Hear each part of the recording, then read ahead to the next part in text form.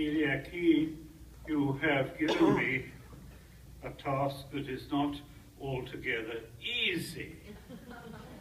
We have had many varied presentations. The topics have ranged widely, and how are we to bring it all together? The American poet Walter Williams says that we are to seek the one root under the many branches. Well, what is the one root under the many branches of this conference? My history master at school used to say, whatever topic we were looking at, it all ties up, you see, it all ties up. But how, in this case, does our conference tie up? We've drawn on widely varied sources, from the hymnography in honor of the Theotokos to the tales of Anton Chekhov. And we've had many examples set before us of women in the church or in Scripture. From the Old Testament, we've thought about Tamar, Rahab, Ruth, and Bathsheba. From the New Testament, St. Mary Magdalene, the myrrh-bearing women, Mary and Martha, Phoebe the deaconess. And from the history of the church, such varied figures as St. Mary of Egypt and St. Pelagia, converted prostitutes, St. Emilia, mother of a large family, St. Olympias, deaconess. In the talks that I've heard, but I haven't heard all of them today, I didn't notice two other scriptural figures being mentioned, but perhaps they were mentioned in the lectures that I missed. I expected to hear more about the Samaritan woman who talks with Christ at the well. That is a very striking example of Christ reaching out to talk with a woman beyond the conventions of the society in which he lived. The Jews do not talk to Samaritans, he was told. And I'm not sure whether you've mentioned in your discussions the woman taken in adultery, a very striking story in which Christ is notably non-judgmental. Neither do I condemn you, he says, but he also adds, go and sin no more. Well, that just shows there are plenty of things to explore in future conferences. And I hope there will be many further conferences such as this one, which I found very profitable. Now, seeking to draw things together, I call to mind two sayings of the Jewish writer Martin Buber in his work, The Tales of the Hasidim. The first saying is, God never does the same thing twice.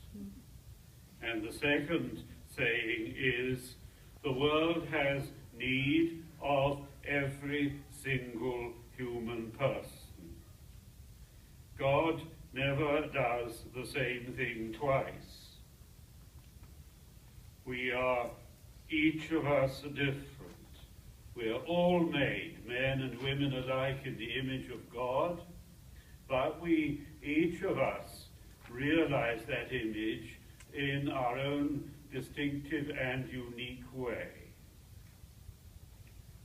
Nobody is quite the same as anybody else. And therefore, yes, we may talk in general terms about men and about women, but let us not lose sight of the way in which each person is different from the others. parishioners in Oxford. Her young son was watching a program on the television on endangered species, and afterwards he was unusually silent. "Is there something wrong?" his mother said. And he said, "Yes, I too am an endangered species. There's only one of me in the whole world." And that is absolutely true.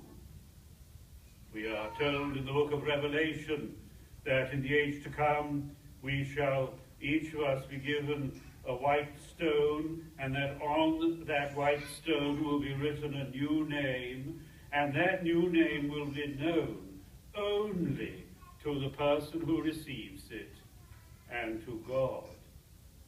That expresses the mystery of the uniqueness of each human person. I had a dream actually some time ago as a child, and I was told what my new name was going to be on the white stone, but I'm not going to tell you. So then, yes, we are each of us unique. God never does the same thing twice, and that has been rightly a theme that people have emphasized. It has been said in the talks we've listened to that life is unpredictable, that it is not possible to direct our life solely on the basis of general rules from ethics. This eliminates the element of the mystery of unique persons. And precisely, we show compassion towards everyone because everyone is different.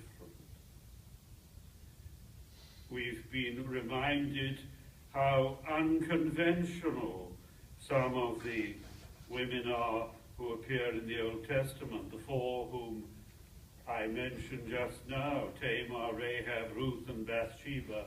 None of them conform exactly to the moral rules, but they each express themselves in different ways. So life, yes, is unpredictable. God is an unexpected God, a God of surprises, and therefore, in thinking about women or men, we must explore. Exploration has been one of the themes mentioned in our talks today. T.S. Eliot says, old men should be explorers, and that applies also